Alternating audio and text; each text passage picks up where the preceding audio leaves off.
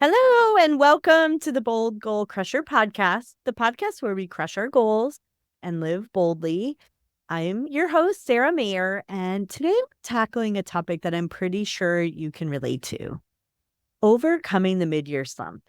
As we reach the halfway point of the year, it's not uncommon to feel a dip in motivation and energy. It happened to me.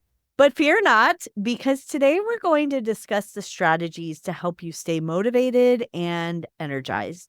And I'll be sharing some personal anecdotes and practical advice to help you. Tongue twisted today.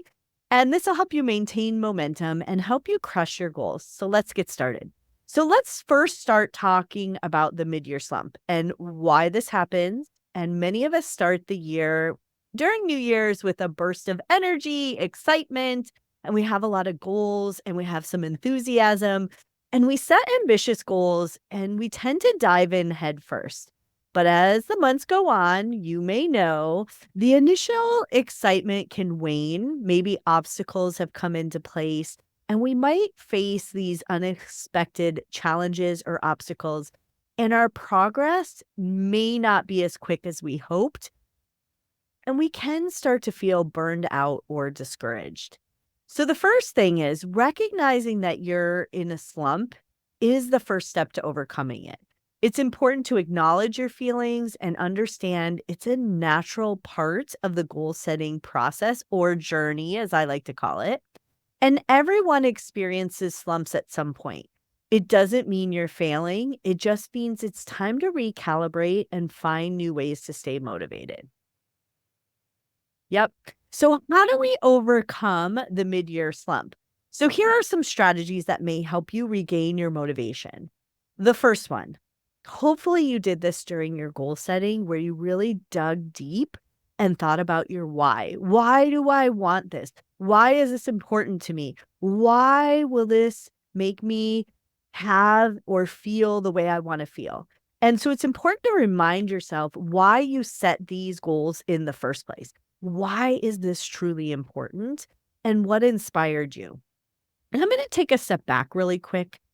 It's okay if money is your why, or freedom, or financial freedom. Some people, they shy away from saying, I want to make money, because they think that's not worthy or that's not a deep why. Strip that away. Maybe when you set your why, you really didn't say why you wanted it. Was there something you were hoping to achieve? Was there something you are hoping to do? Is it a legacy you want to leave for yourself, for your family, or something like that? So sometimes reconnecting with your initial motivation can reignite your passion, but sometimes you need to really rethink that. Why was this important? And then it's time to set some fresh intention. Take a moment to set new intentions for the second half of the year. Reflect on what you've learned so far and use that insight to refine your goals. So setting fresh intentions can give you a renewed sense of purpose. Now, I just talked about goal setting. And for those of you watching on YouTube, I'm looking for my journal that I do have, Driven to Succeed, a goal-oriented journal for high achievers. This journal does have prompts for you to really think about your goals, and then you can write based on that prompt. It is a bunch of blank space, so maybe one prompt generates 5 pages, and maybe another prompt only generates 1. You can go to saramayer.com and then go to favorite things, check out the Amazon store. It has all my journals. So if you're looking to journal, that's a great one. Next, we need to break down our goals into smaller steps. So large goals can feel overwhelming, especially when you're in a slump. So it's really about breaking them down into smaller, more manageable steps and celebrating each win along the way to build momentum. That's super important, especially the fact that you don't need to know all the steps. You just need to know the next few. That's where you start. And then you want to change your routine. Sometimes a change in your routine can make a huge difference. So try working on your goals at a different time of day. Try putting them in your schedule. Try changing your workspace when you work on your goals. Or maybe you introduce new habits that can boost your productivity and energy. And this is not a sales pitch, but they just work their way in. Habit tracker. I also have a habit tracker. Maybe you track how often you work on your goals. Morning, afternoon, evening. Many people set morning and evening routines, but they don't think about the middle of the day. Next, it's time to connect with your support system. So many times we work on our goals in isolation, and sometimes that's for a reason. Maybe you don't have the most supportive friends or family, but connecting with a support system, a mentor, an accountability partner, a group of friends, somebody who's done this before, and sharing your challenges and successes with others can provide valuable encouragement and accountability. Take care of yourself. Self-care is truly critical for maintaining motivation. And this isn't about just popping a bath bomb in the bathtub and calling that self-care. You need to make sure you're getting enough rest, you're eating well, taking breaks when needed, and really taking care of your physical and mental well-being. That can directly impact your ability to stay motivated towards your goals. So it could be taking a moment and celebrating yourself, breaking down how you talk to yourself. And then we talk about this a lot, reflecting on your past success. So look back at what you've already accomplished this year or in your career or in your life, and go back to you did a good file or your accomplishment board. I talked about this on another episode, but you can have a vision board for what you've accomplished. And that's a reminder of the fact that you can do difficult things and you are successful. You may be a beginner in what you're doing right now or struggling in what you're doing right now, but this could give you the confidence to keep pushing forward. Okay, so let me share a little personal story about overcoming a slump. It wasn't necessarily mid-year, but a few years ago, I set a big goal for myself to build a nonprofit and to make a bigger impact and to possibly build schools in other countries because we know that education is one of the barriers to success for women. And I don't know about you, I went to dinner with a bunch of friends and I have friends who give out jobs and we all decided that this was a shared vision and that we would be able to make a bigger impact if we pooled our resources. And that's really what nonprofits need, financial resources to do what they want to do, to make the impact that they want to make. And I have a friend who gives out jobs and I got the job of filling out the nonprofit paperwork. And if you have ever filled out nonprofit paperwork, it's very lengthy. It's 276 very complicated questions. And I would open it up on my desk and I would look at it and I would get to question 1, the name. Luckily, we had already decided the name.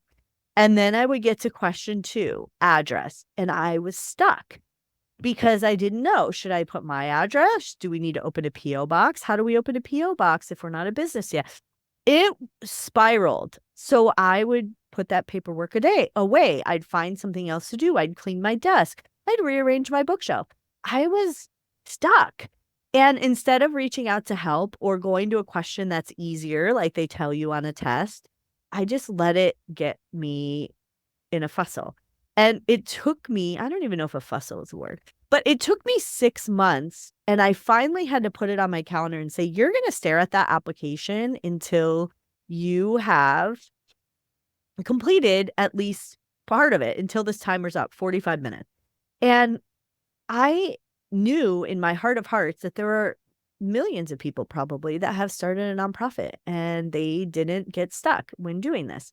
So it was really important to me to do this. That was my why. And I needed to go back to my why. And I had to reflect on my progress and say, have a little pep talk with myself. You're a very smart person. You figured out things tougher than this before. Why is this letting you get stuck? And it was really because I was a beginner. So months later, fast forward, we got our nonprofit status. And now I think it's 8 years later. I'm not sure the exact thing.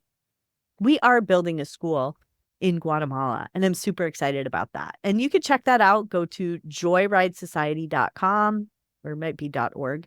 Check it out. We're very excited, and we'd love to have you join us on our journey. So I want to dive into some practical advice for maintaining momentum because your story may be similar to mine where you got stuck. So the first one is daily affirmations. You can start your day with positive affirmations and remind yourself of the strengths and progress you've made, not only on this task, but other tasks. And that really sets the tone for the day. And next, it's all about visualizing your success. So take a few minutes and visualize yourself achieving your goals. Imagine the details, the emotions, and the sense of accomplishment. And this can be a powerful motivator. Create a vision board with images and words that represent your goals, not the magazine that you flipped through and said, oh, this looks good. Maybe I want that. This is where you actually decide what you want and then go find the images that represent that. And if you place it somewhere that you see often, it's a reminder of what you're working towards. We talk about this a lot. We have big, bold goals, and those can be lofty, dreamy. They don't need to be SMART goals. But you need to set some short-term objectives, the steps that you are going to take in order to achieve those goals. And those need to be steps that have measurement and they allow you to put a deadline on it. And that's where you can track your progress. A great way to track your progress, my goal journal. And when you see your progress in black and white, it can be incredibly motivating and can help you stay on course. So it doesn't need to be fancy. Open up an Excel workbook, maybe open up a task planner like Asana or something like that, and start to document your journey. And then next up, reward yourself. So establish a reward system for achieving those milestones. And then this may be contradictory or contradict what I said earlier, but it's also important to stay flexible. Life happens. Be open to adjusting your goals, the time you're working on your goals, and your strategies. It doesn't need to be so rigid that it's not fun. You're on a goal journey. So I encourage you to really overcome the mid-year slump. And in order to do that, it's about recognizing the natural ebbs and flows of your motivation and finding strategies to keep you moving forward.